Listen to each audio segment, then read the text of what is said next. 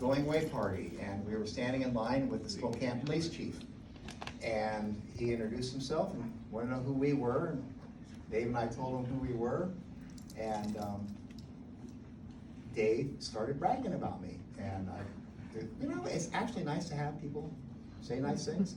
And I also looked at the Spokane police chief, and police chiefs are kind of surprised when they hear police chiefs brag about a prosecutor so much. Right? He was taken aback, and I thought this. And then oddly enough, and Chief Farnkoff from Kennewick, and by the way, Dave was the Richland police chief when I was first elected a few years ago. I also talked to Bob Farnkoff, and what Chief Lewis said is it okay if I repeat what you said, Dave? Sure. Right? If I'm lying, Yeah, I was lying. Dave is going to. They said, he said, when Andy took over, he started filing cases that other prosecutors wouldn't file. And then he says, and then he got guilty verdicts on them. And I thought, well, that's a nice thing to hear. Then I was talking with Chief Farnkoff a little while later, and Chief Farnkoff said he was bragging about me too. And I guess this is the one time in your life it's semi-okay to repeat brags about yourself. You guys can tell me to stop. And Chief Farnkoff says, when Andy became prosecutor, he started going to all the crime scenes, and he would be working all these search warrants ahead of time, and he says it was just so nice, and we avoided so many mistakes, and he went on and on. And I thought that was nice. And I thought, well, maybe I can have something like this where I can talk about my record. But when we talk about going to crime scenes, there is one segue I want to take, and that is, I don't know if some of you remember, State versus Michael Thornton, and that was where somebody had been murdered, and we caught a break, and we got a co-defendant who is going to give us information about the main person, Michael Thornton, who already had many convictions for violent crimes, and the co-defendant wanted immunity, wanted consideration, and as every officer here knows, the only thing officers can do is say, we will pass along your cooperation to the prosecutor. So he wanted more of that, and so we decided, Carrie Rung and I, it's okay if I call you Carrie this afternoon? So the only decisions on immunity, this defendant was pushing, and so Carrie and I went, and we went to this, I don't know if you remember, Carrie, we went to the office building at Fruitland and Canal. There was a parking lot, had different agencies there, and they talked about how dangerous Michael Thornton was. They talked about all the numerous places that Michael Thornton might be, and where he would stash things, and his associates, and that they were going to split up and go to all these different areas. And then all these cars disperse, and then there's a couple cars left, and the co-defendant says, well, we actually killed somebody else, and we killed him in Holborn. And we kind of wondered, and so we decided Carrie and I should go with a couple officers in one car, and the co-defendant in another car. So there's two cars.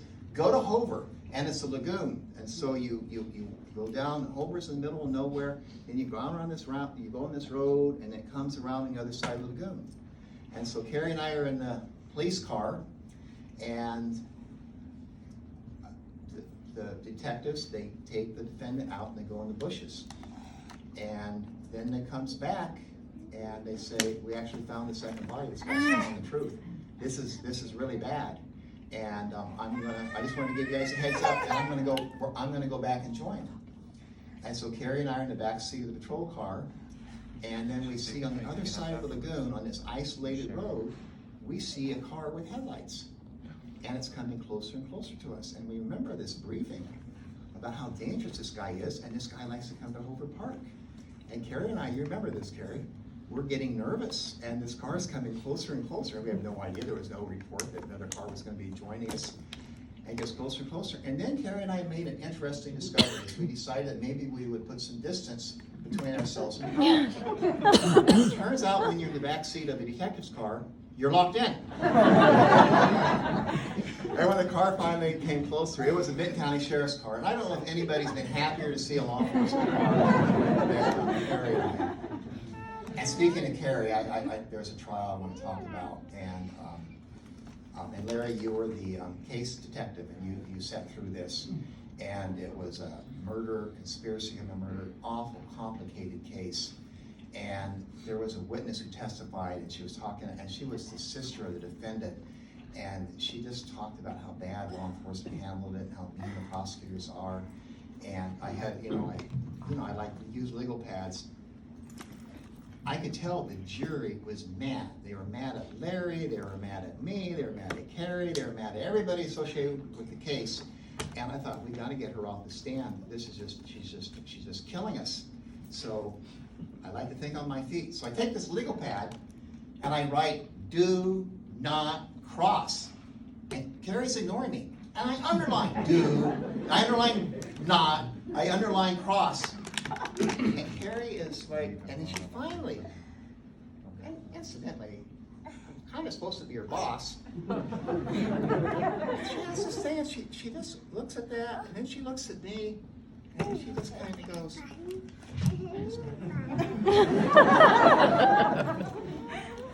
And what followed that was the best 20 minutes of lawyering I have ever seen. She started with her sing-song voice. "Now, Miss So-and-so, I understand this." And then, one thing about Carrie, when you have that quiet voice, and then she started laying the hammer down. And by the time she was done in 20 minutes, that jury, not only were they no longer mad at us, they were mad at a witness who tried to manipulate things. And one reason I enjoy telling the story about Carrie is that she just retired as a Superior Court judge. And she did not have a retirement ceremony because she says, "I'm not going to sit in a crowded room and listen to people tell stories about me."